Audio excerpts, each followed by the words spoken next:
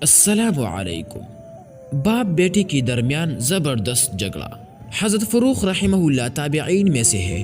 مسجد میں نماز ادا کرنے کے لیے آئے تو سنا کہ خطیب مسجد جہاد ترکستان کے لیے لوگوں کو شوق دلا رہے ہیں، تو آپ بھی اٹھے اور اپنے آپ کو پیش کر دیا۔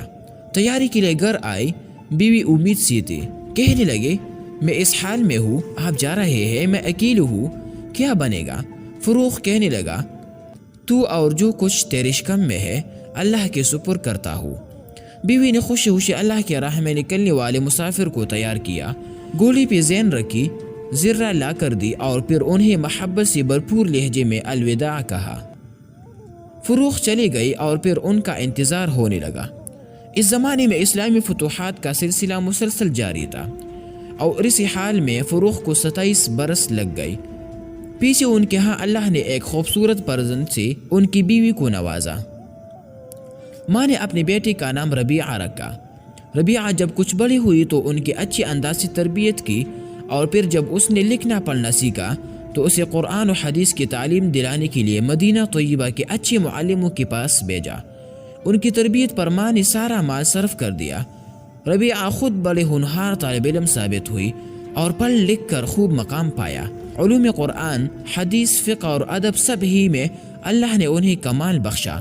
پڑھنے کے بعد پڑھانا شروع کیا تو ان کا حلقہ درس بڑھتا ہی چلا گیا اور یہاں تک کہ مسجد نبوی میں باقاعدہ سے علوم دینیہ سے سیراب ہونے والے نوجوان طلباء کے علاوہ بہت سی بڑی عمر کے لوگ بھی ان کے حلقہ تعلیم میں آتے۔ مدینہ اور گرد و نواح میں ان کا علمی چرچا عام تھا۔ پھر ایک روز رات کے کچھ ساعتیں گزرے تھے کہ ایک گھڑ سوار اپنے بوڑھی جسم پر تلوار سجائے ہاتھ میں نیزہ تھامے اور مال غنیمت اپنے ساتھ گھوڑے پر لا کر مدینہ منورہ میں داخل ہوا۔ سوچو میں مگن تھا، سوچتا تھا کہ میرا گھر وہی ہوگا یا جانے کہا، میری بیوی زندہ ہوگی یا میرے جانے کے بعد میرے انتظار میں کسی اور دنیا میں جا بسی ہوگی۔ وہ امید سی تھی اس کے ہاں اولاد کیا ہوئی اور اب کس حال میں ہوگی۔ سوچو کہ یہ دائرے بنتے بنتے یہ بوڑھا مجاہد و غازی اچانک ایک گھر کے سامنے کھڑا ہو گیا۔ اس کے دل نے کہا یہ گھر تو تیرا ہی گھر ہے۔ چند ثانیے وہ رکا اور پھر آگے بڑھ کر اس نے دروازہ کھولا اور بے تکلفی سے اندر داخل ہوا۔ یکدم ایک نوجوان کی آواز نے اسے ٹھہرنے پر مجبور کر دیا۔ رات کی تاریکی میں تم میرے گھر میں بدن پر اسلحہ سجائے کیوں گھس آئے؟ بوڑھے مجاہد کی باری آواز بھری، مجھے میرے گھر میں روکنے والا کون ہو سکتا ہے؟ یہ تمہارا گھر نہیں میرا گھر ہے جس میں تم گھس رہے ہو۔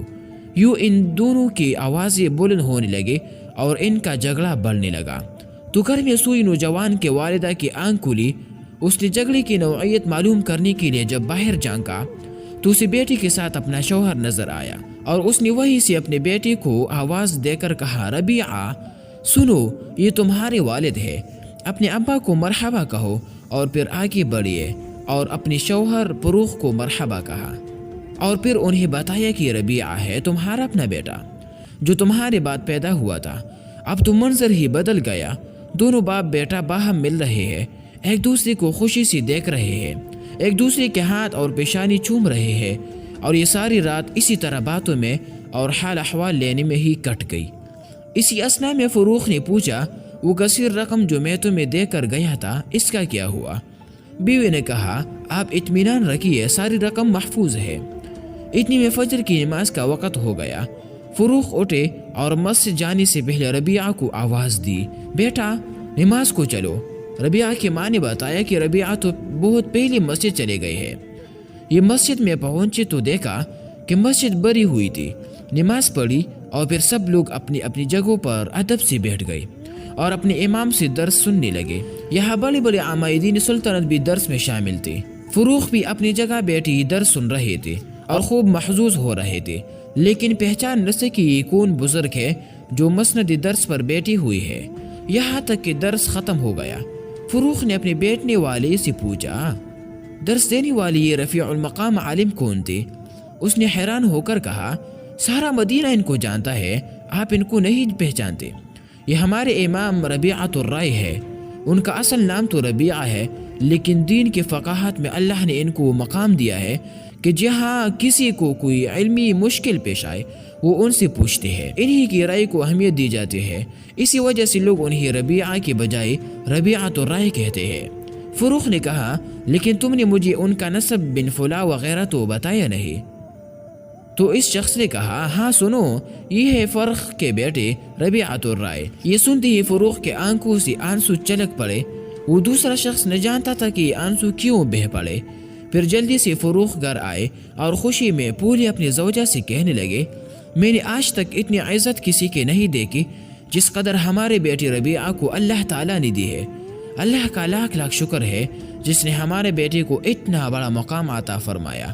اور پھر اپنی زوجہ کا شکریہ ادا کرنا فروخ نے ضرور جانا کہ تمہاری اچھی تربیت نے آج مجھے خوشی کا یہ دن دکھایا۔ بیوی نے کہا، آپ کو بیٹے کی عظمت و شان پسند ہے یا وہ 30,000 اشرفیہ جو آپ جاتے ہوئے چول کر گئے تھے؟ فروخ نے جواب دیا، بخدا 30,000 اشرفیہ اس مرتبے اور شان کے سامنے کچھ حیثیت نہیں رکھتے۔ بیوی نے کہا، تو سن لیجئے، وہ ساری رقم میں نے اپنے بیٹے کے تعلیم و تربیت پر خرچ کر ڈالی ہے۔ فروخ مسکرائے اور کہا، اللہ کی قسم، ان سونے کے اشرفیوں کا اس سے بہتر استعمال اور کیا ہو سکتا ہے۔